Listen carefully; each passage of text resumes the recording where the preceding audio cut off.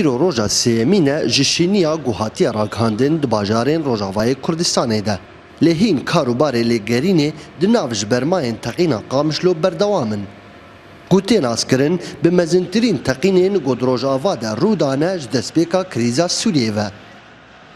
Hin malbat tavê demê li cihê teqînên e li hêviya termên zarokên xwe ku dibin wêranê de mane û di demên dawiyê de termê 4 kesan hatine dîtin da ku hejmara qurbaniyan bibe 5 û 1 kes.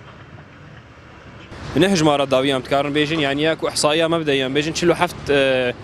قرباني هابون شلو حفت شهيد هابون نيزي صدو حشتي برين داري هابو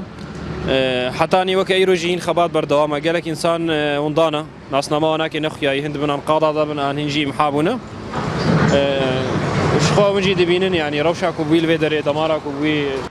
افتقين يا كوبريا لوريا كمزن تايبت بوغو هستنا آجالان بو و لگوری شاید حالان جوانکی 20 سالی آجوکری وی بو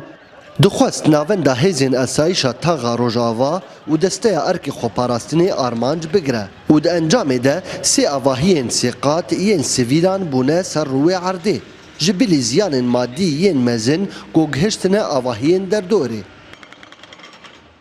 وەک ماڵباتە ماڵە عینە سێ کەسێ مەهین بن دیوارە دمانێت بن بلۆکات دمانێت بن وان شێش کەسی دمانێ يعني كامل شي بيجي في ملاتير ملج ما تشمر بيجي مستحيل اف سياره غير دربي قامش له هاتبه هوالي ما مجوار قلت يا هوالنو هون كسنا دكن هوالي خو دراسه سرواتشكن خو دجورازي رخصنا داعشي داخوانيك بلافكر وافتقين قرت خو پاشê piştî du rojan wêneyek grafîk belav kir û tê de dazanîn ku 14 ton ji madeyên teqemenî di teqînê de hatine bikaranîn. Lê tavê demê lêkolînên hêzên esayîşa Rojavayê Kurdistanê berdewam in. Gor kamîratê me net hewazê me hatiye di kûva hatiye jî em nizanin çilo ketiye Qamişlo de ketiye taxa Gerbî de em nizanin. Em jî niha tehqîqatê xwe dikin. Em bêjin Daeş tebenît ki em li Munbicê em serketina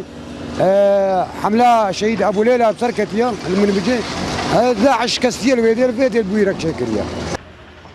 Di dema ku gumanên herî mezin dibêjin ku ev lorî di bajarê Qamişlo de çêbûye û hatiye amadekirin, berpirsên Rojavayê Kurdistanê rejima Sûrî û balîkariya rêxistina Daişê tawambar dikin û dibînin ku ew bersiveke li ser pêşketinên hêzên Kurdî li bajarê Minbic. Nûbar Smaîl, NRT,